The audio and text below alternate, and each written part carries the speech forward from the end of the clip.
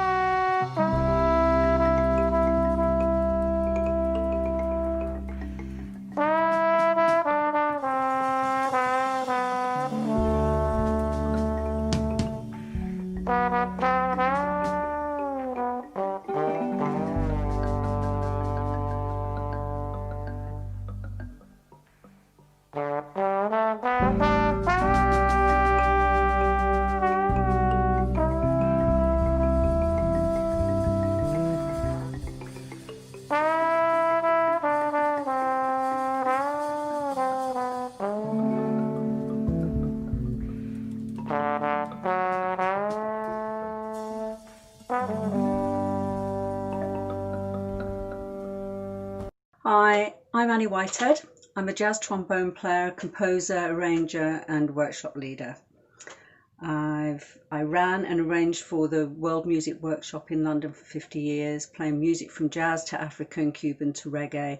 We met every Monday and did concerts and at the Vortex mainly. And people in that band range from about 18 years old to 80, and they were all abilities, and so it was great fun, and it had very much of an improvisational nature as well as working together, playing together, section work, and some reading. I've done workshops in all settings, working with children as young as 11 to, as I said before, 80-year-olds, including working on projects with refugees as a composer and arranger, as well as recently with young composers for Composite and the Firebird Trust. That's as a mentor, so working on their ideas and along with the band, bringing their ideas to fruition and recording them. I've worked with all kinds of musicians, classical musicians and folk musicians on improvisation, really, just to encourage people to start improvising and feel comfortable. And with everything that I do, there's an element of improvisation.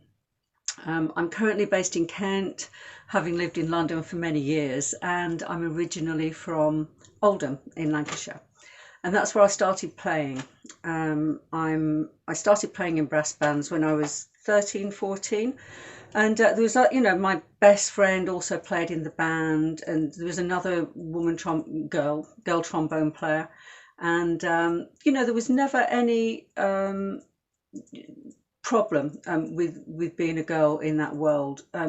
For me, there wasn't, and also from the people who taught me and the other people, we were all just playing music and having a great time, basically, traveling, going to competitions and just playing together and enjoying making music. And then when I was 16, I joined Ivy Benson's band. I'd heard about the band and I wrote to her asking for a job, and she wrote back offering me an interview. And so I went. She was playing in Oldham, funnily enough, a couple of months after she got my letter. So I, along with my whole extended family, about 25 or 30 of us, descended on Platt's Working Men's Club that night in Oldham to listen to the band and for me to have an audition with Ivy. I didn't get the job right away, but she wrote to me just a month or so later and offered me a summer season in Torquay. So at 16, I left home and I was working as a professional musician. There was a lot of reading, no improvisation. I didn't know how to improvise yet. And it was great. I mean, it was really hard work working every night, all different styles of music. And actually, by that time, I had figured out that the trombone could pretty much play everything, which is why I was so interested in it and why I wanted to keep up at it, because I saw trombone players playing in brass bands, in classical music, jazz on on the TV. I remember seeing Chris Barber's band, and also, I'd heard Motown and pop music, and the horn sections in those, especially like Aretha Franklin and stuff like that. Horn sections, I just thought, wow, that's it sounded incredible to me. It's like great trombones in Don't Play That Song for me. Uh, and also, I had a Quincy Jones record, so there's big band stuff and Count Basie. I've been playing since I was 14, with a big band in Manchester called the Big City Sound. Um, and yeah, I just thought, this is great, this instrument, because it's so diverse. I can play any kind of music. So when I left Ivy, I started listening to funk and jazz more, and then I started, kind of pretty much teaching myself how to play jazz, by learning scales and learning people's solos and learning tunes. At that time, the people who influenced me were Mingus, Carla Bley, um, especially Roswell Rudd, the great trombone player, J.J. Johnson, Miles Davis. I love Charles Mingus as well because of Jimmy Nepper. And my idea of jazz was quite modern, and it started freeing out. Um, and I realized that the music was about communication, and it had all of the music that I was listening to at the time. What I was interested in was the emotional aspect of the music and the effect that it had on me. And so listening to Carla's band and Mingus and, yeah, as I said, Miles Davis, all of those people, it was just such a kind of profound emotion. And I thought, I want to make music like that. I really want to have that effect, not that exact effect on people, but I wanted to reach people and I wanted to touch people.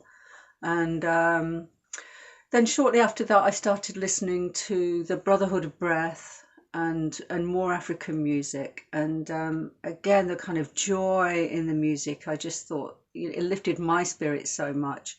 I thought that I really wanted to work in this way.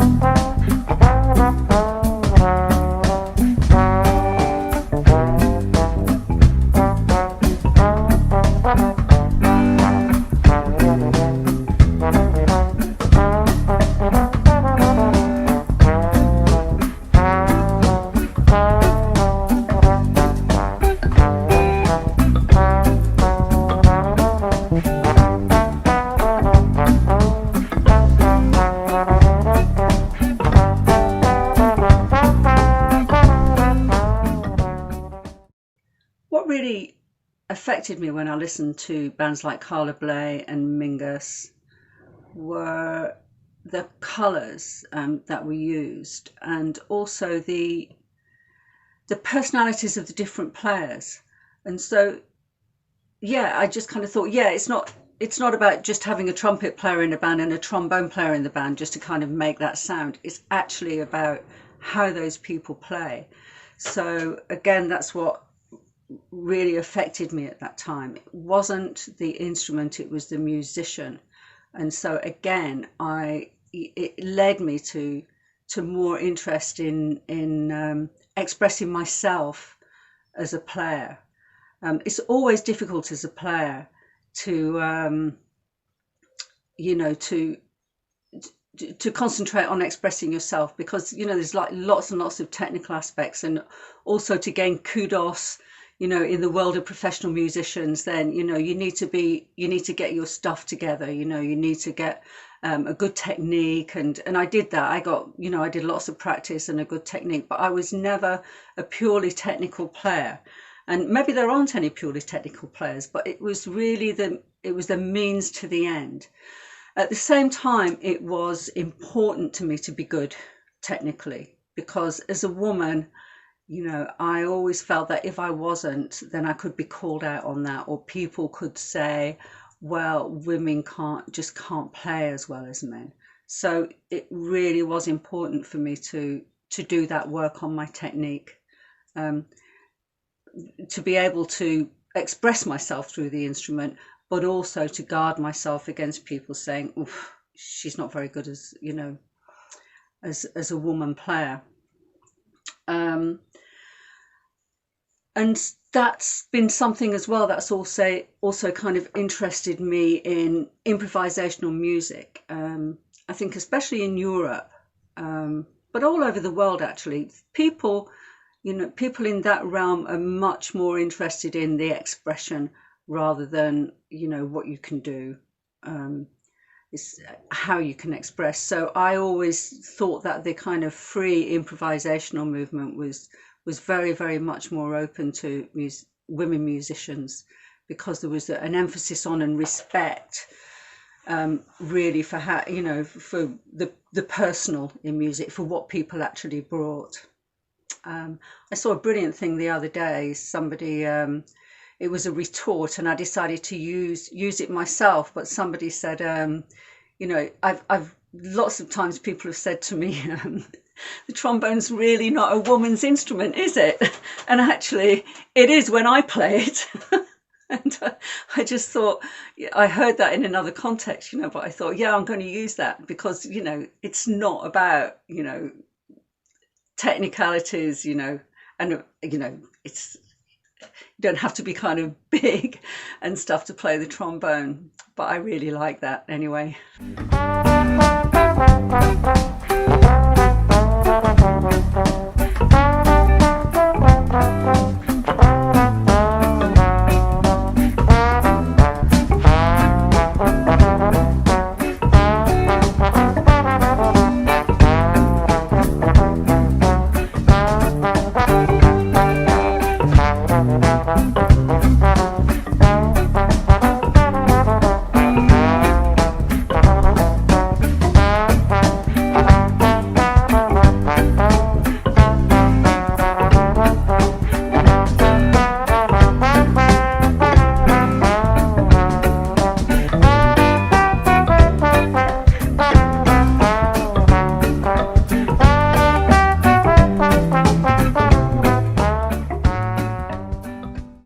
Yeah, I just talk a little like the 80s and 90s and living in London. It was a really great time for me. It was a really great time to be in London. There was an explosion of world music there. Yeah, there's just like concerts on all over the place, and bands starting up playing world music as well. I played with Dave Bitelli's Onward International Orchestra, and we were playing pieces of music from Cuba and Africa, all over the world, and that was quite a new thing at the time.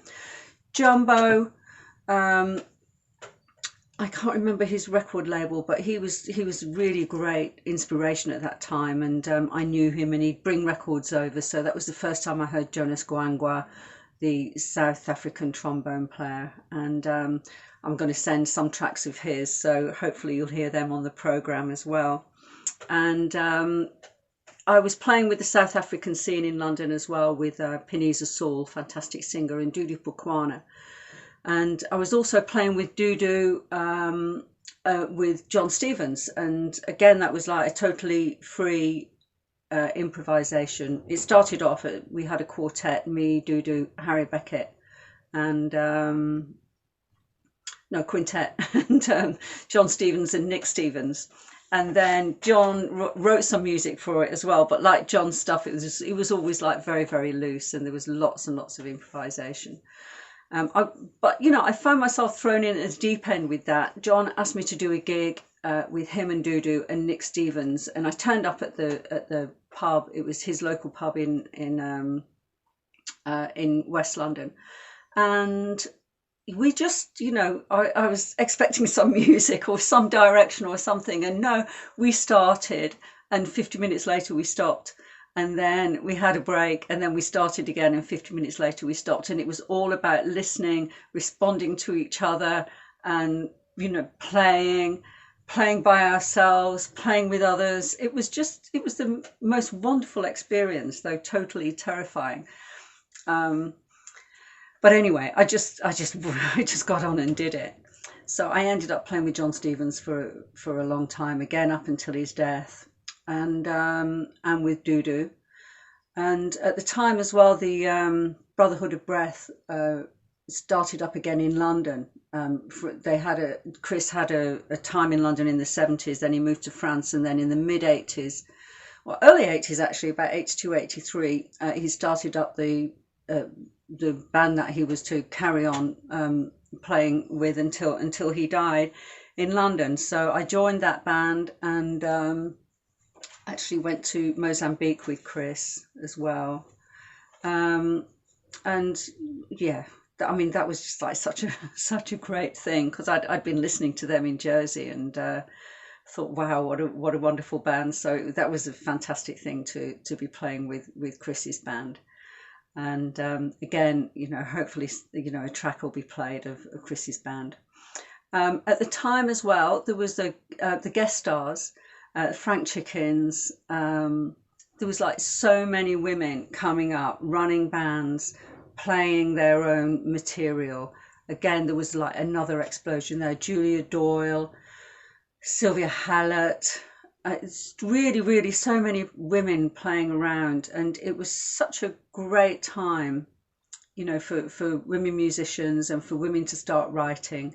And I think at that time people had just stopped really kind of judging themselves by this male standard. It was like, no, this is how I play, this is what I want to say, this is what I want to play, and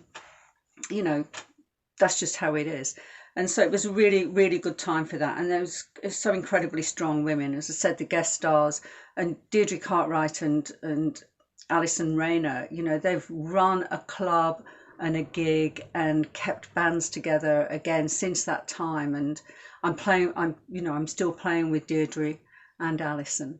And Carol Grimes, I met Carol Grimes then, and I've been playing with Carol all the way through.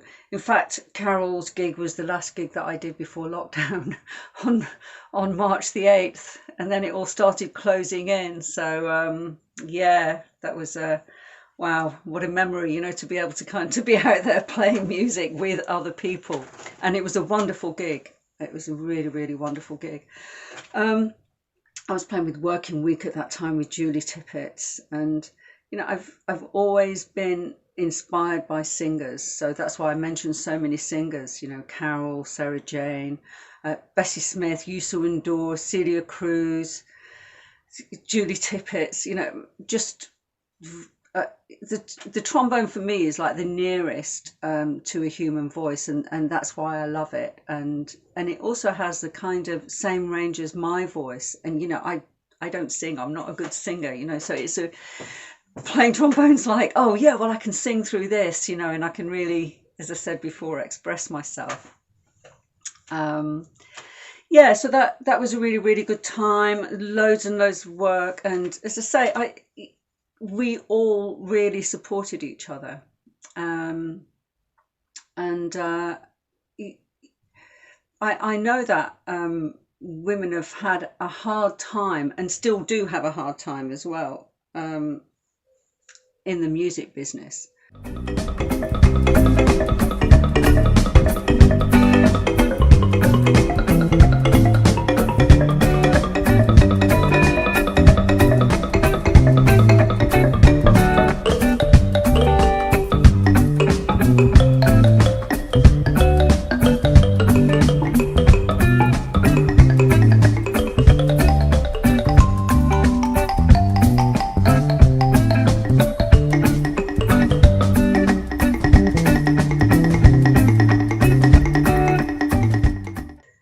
going to talk a little bit about my experiences as a female brass player in the music industry. Um, Brass players I've found are incredibly helpful. So, I've toured with other brass players and we've sat day after day after day doing practice exercises, long note exercises together and scales and stuff like that, and kind of helping each other stay in shape, tips. I pretty much know that if I need anything, if I need to know anything, or if I need any help with technique or mouthpiece or whatever, I can ring up pretty much anybody in the music business in England, and everybody's really pleased to help each other. So that's really nice to know.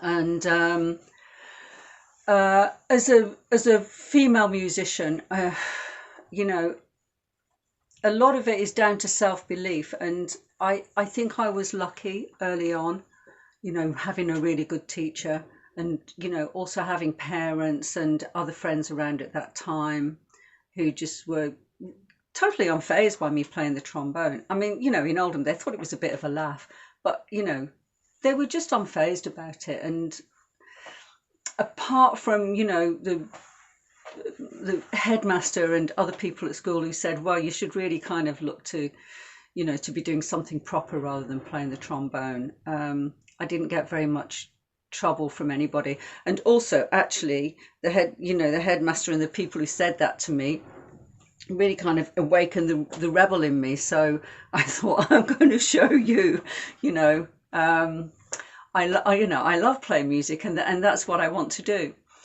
I was lucky as well joining Ivy's band. There was that opportunity there.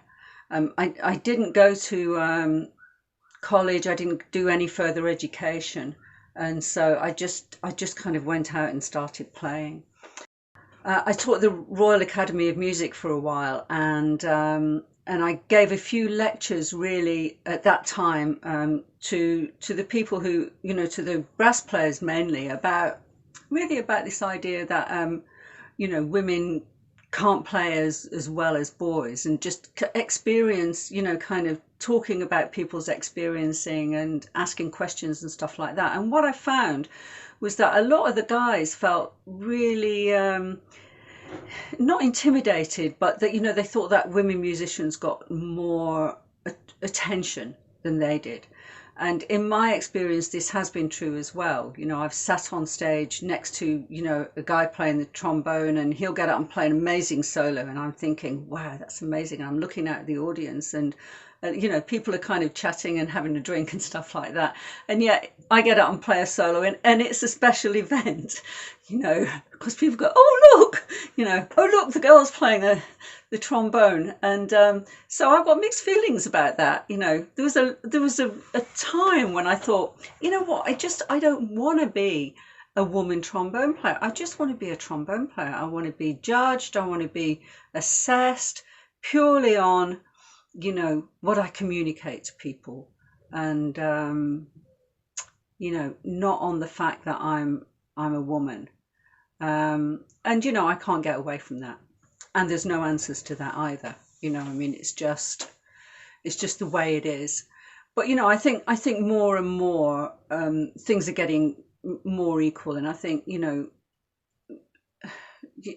more men are accepting women musicians, and more women musicians are just going, look, this is what I do, this is what I play. And there's a great generation of young musicians coming up at the moment, and I see that they're being promoted, by Sirius, promoted in the industry, and I see this, and I just think good for that, because that actually did happen to me. I was when I made my first record, I just got, I got so much help from all over the place. Sirius, it was Sirius Speak Out at the time. They booked tours for me. I managed to find a manager. So I think, if you kind of just kind of really kind of go ahead with stuff and go, I'm going to do this, I think you will find people to support you. And I think as well, people are very happy to support women. And, it's not all rosy, and there's problems as well. But I think for me, there's been enough positive aspects about being a woman brass player as there has been negative. And you're always going to get those people who go, oh, women can't play as well as men and stuff like that. They don't bother me now. I mean, I just think if they've got a problem, it's their problem, really. It's not mine. And my problem is expressing myself, and that's not always the easiest thing to do, but it's the most important thing to do.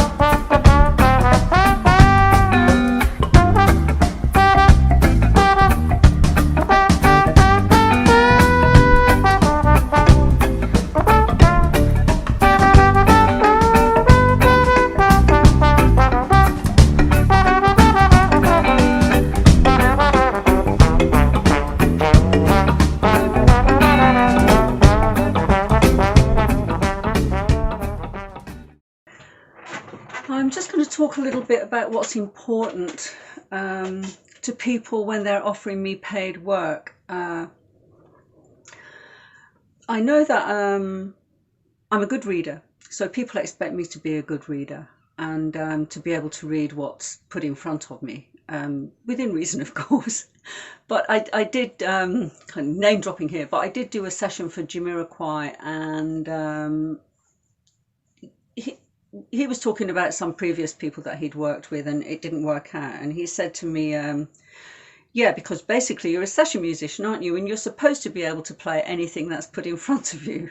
And I kind of gulped, but I just kind of went, yeah. And so he proceeded to kind of test that out, and kind of was just, actually he didn't write stuff. He sang stuff and I wrote it down, and you had to be pretty quick to get it. So yeah, that's important.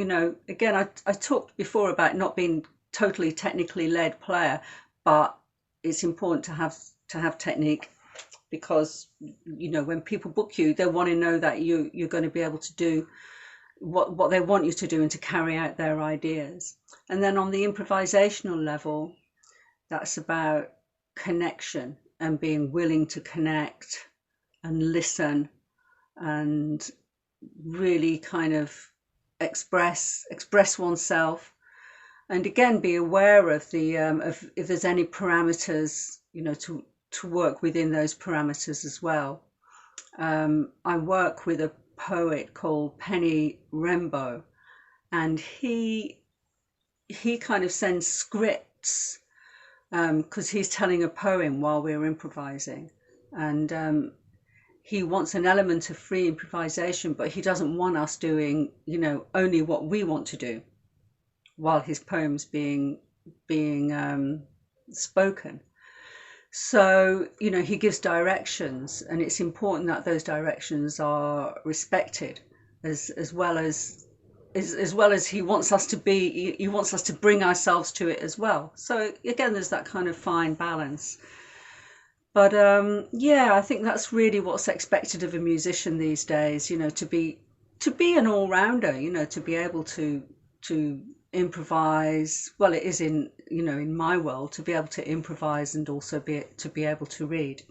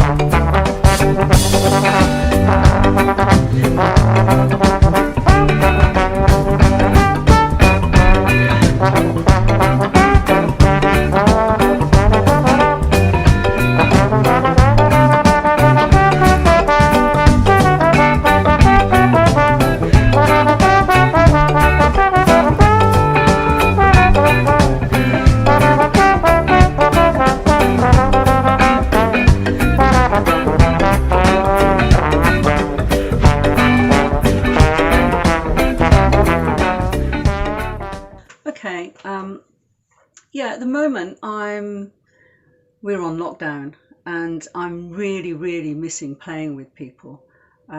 I'm lucky because my partner's here and we do play together. I recently played on her album, which she recorded in Woodstock in America, where we have another home. And so I've been playing quite a lot over there with people and with her. And I've been playing here still with Carol, as I mentioned earlier, and with various people. Not running my own band at the moment. But I so miss playing with people. I played on some tracks. People have sent me tracks, and I've done that. I've kind of done my solo and, bit of section work. And Jennifer's working on a track at the moment, and I'll be playing on that too. But I so miss being on a stage with people and just playing. And, that's not just improvisation, because if you're playing in a section, you're listening all the time, you're trying to blend, you're really concentrating on that, playing together, sounding beautiful, and improvising too, just firing off each other, and actually I've worked with Carol for a long time, and that's one of my favorite collaborations because she's such a great singer and such an open-hearted performer and musician, and we have great fun playing together. I absolutely love playing with her. So what next? I really don't know. I'd like to make another album. I'm 64 now, and I'm still playing. I'm loving playing. In fact, I'm loving playing more and more as I get older. Really because of an ease in myself. Yeah. So I'm going to be working on. I want to make another album. I've been working with Joe Freya, who's a saxophone player who plays in the folk world, and so we're planning a collaboration, and I'm looking forward to that because the collaboration I did with Alistair Anderson with Northern Lights was a kind of folk jazz collaboration, and I absolutely love the heart in folk music again, and the kind of deep rootedness. That's something that attracts me about African music, and I'm always kind of interested in our connection here to our music, our rooted music, and so yeah, I'm looking forward to that collaboration as well. And I just plan to keep on playing.